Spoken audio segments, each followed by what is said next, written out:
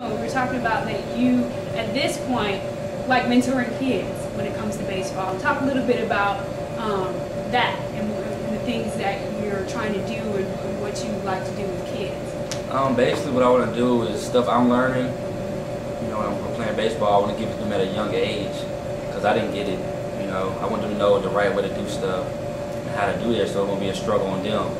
You know, like it kind of was on me to learn the right stuff. And baseball is very expensive, so the stuff I'm doing is I'm not charging a lot of money or anything like that. I just want them to know the right way to do stuff, so they'll be ahead of the game. As you know, suppose I was a little behind in a way. But that's really what I want to do. Just show them everything they need to know as I'm learning, and so they won't be behind. So even right now, when you're in the beginning stages, you want to help bring kids along as they grow up in the game. And we talked about, really briefly, just hit on the fact that obviously you're African American, and we were talking about the fact that there aren't very many African Americans. You know, you're not seeing them in the major leagues at the number that you used to. Talk a little bit about your thoughts. I've heard many theories as to why, but some of your thinking as to why that is, and some of your peers maybe who you started off with in baseball are no longer playing.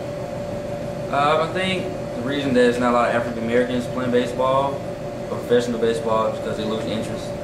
They lose interest in it around in the rec ball, which is like 13 to 14. Most of them just don't stick with it. They split off and go to football or basketball because they think that shows off their athleticism.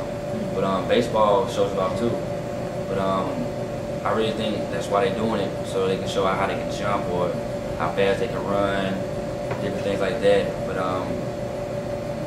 losing interest, that's pretty much why the parents don't push it really.